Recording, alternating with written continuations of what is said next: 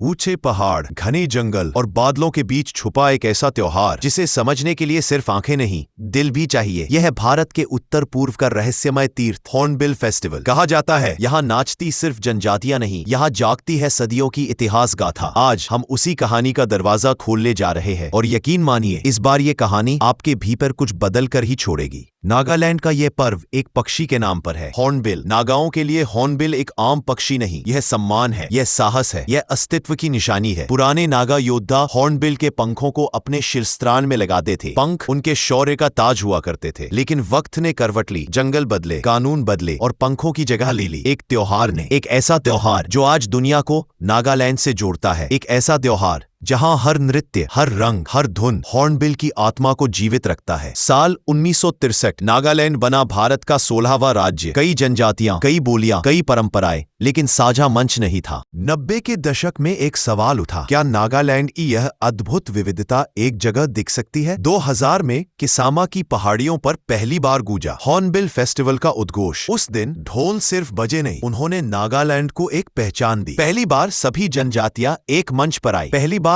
पूरा नागालैंड एक रंग में दिखा, एकता के रंग में। किसामा हेरिटेज विलेज, जहां कदम रखते ही लगता है जैसे समय धीमा पड़ गया हो। यह गांव बना है 3 प्राचीन समुदायों के नाम से, की, केग्वेमा, मा और माओ। हर मोरुंग यानी जनजातीय घर एक जीवित संग्रहालय है। लकड़ी, बांस, आग, उपकरण, सब में सदियों से बहती संस्कृति की खुशबू है। यहाँ ढोलों की गूंज सिर्फ संगीत नहीं, यह इतिहास की धड़कन है। जब हॉर्नबिल के मंच पर युद्ध नृत्य शुरू होता है तो ऐसा लगता है जैसे पहाड़ भी उस लय में कांप रहे हों। सेमा, आंगामी, लोथा, कोन्याक, आओ, हर जनजाति का नृत्य एक कहानी कहता है। लेकिन इनमें सबसे भयावह, सबसे रोमांचक, सबसे रहस्यमय है कोन्याक हेडहंटर्स का नृत्य।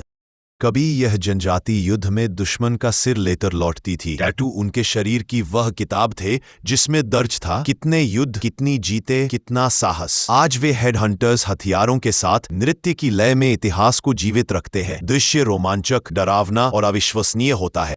हॉर्नबिल फेस्टिवल सिर्फ नृत्य तक सीमित नहीं, यह स्वादों का महासंगम है। स्मोक्ड पोर्क, बांस की कोपले, कड़क चावल की बियर। यहाँ के व्यंजन जंगलों से भी गहरे हैं। कुछ इतने तीखे कि सांस तेज चलने लगती है, कुछ इतने सूक्ष्म कि लगता है जैसे किसी ने पहाड़ों की महक परोस दी हो। यह खाना एक स्वाद नहीं, एक यात्रा है। दिसंबर आते ही नागालैंड बदल जाता है। होटल, होमस्टे, बाजार सब भर जाते हैं। हर साल लाखों पर्यटक यहाँ आते हैं, सिर्फ देखने नहीं, समझने, महसूस करने और नागालैंड की आत्मा से जुड़ने।